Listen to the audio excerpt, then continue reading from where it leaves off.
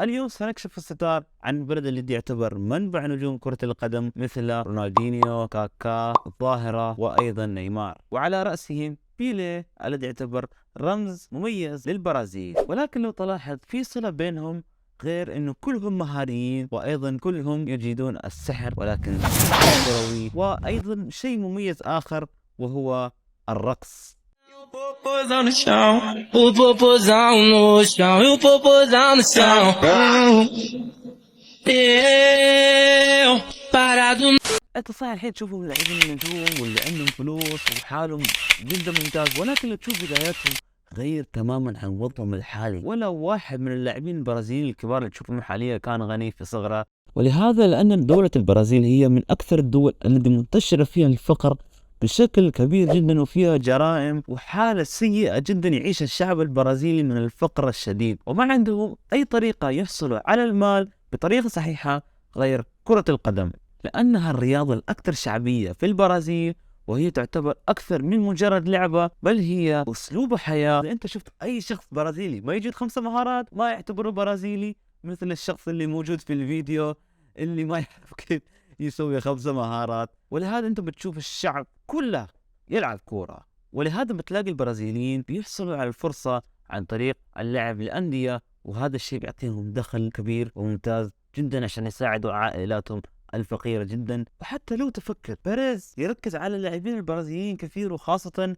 الشباب، لأن أغلب البرازيليين فقراء وممتازين بكرة القدم، فهو يحاول يسرق المواهب من هناك ويطورهم بسعر أرخص، بدل ما يشتري لاعب ما يعرف إلا يلفلف بالكورة بسعر 100 مليون يورو. يا أخي شو المبالغ! وهو يستغل هذا الشيء ويعتبره استثمار ناجح، رغم أنه أغلب اللاعبين البرازيليين هم الأكثر موهبة وإبداع وإمتاع في أرضية الملعب، إلا أنهم يمتلكون عقلية من أسوأ العقليات لكرة القدم. وتعرفون كثير من البرازيل لما يحصلوا فلوس كثير ويصبحوا أغنياء ما يهتمون لصحتهم ولا يهتمون لكرة القدم، ويسهرون ويعملوا كثير أشياء غلط تدمرهم كرويا حرفيا. كثير من البرازيليين بتلاقيهم يلعبوا بأندية كبيرة جدا في أوروبا.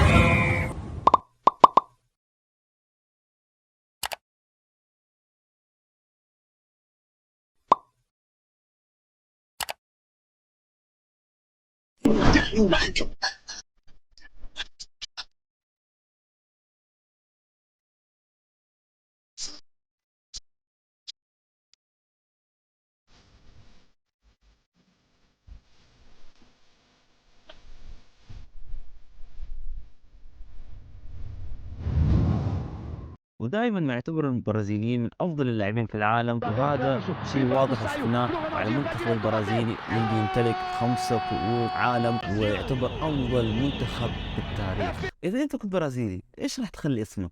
انا اسمي عزوز وراح اخليه عزوزينهو. مش ضابطه صح؟ والله العظيم مش عارف، يعني ما لقيت اسم يضبط معي، لكن هذا عزيزينهو، هذا هو اسمي انا البرازيلي. طيب انتوا اكتبوا لي في الكومنتات كيف راح يكون اسمكم اذا كان بالاسم البرازيلي. يعني اريد اشوفكم كلكم برازيليين تحت في الكومنتات. ولا هنا وصلنا لنهاية المقطع. اتمنى تكونوا استمتعتوا جدا في المقطع، ودعمكم دائما يسعدني. اتمنى تشترك بالقناة وتضغط زر اللايك عشان يوصل المقطع لاكثر عدد ممكن من الناس ويستمتعوا اكثر. شارك المقطع مع اصدقائك، اخوياك، اهلك، كل حد، وطبعا بكون شاكر جدا لك. شكرا لكم، كان معاكم عزوز كورة، واشوفكم في المقاطع القادمة، ويلا مع السلامة.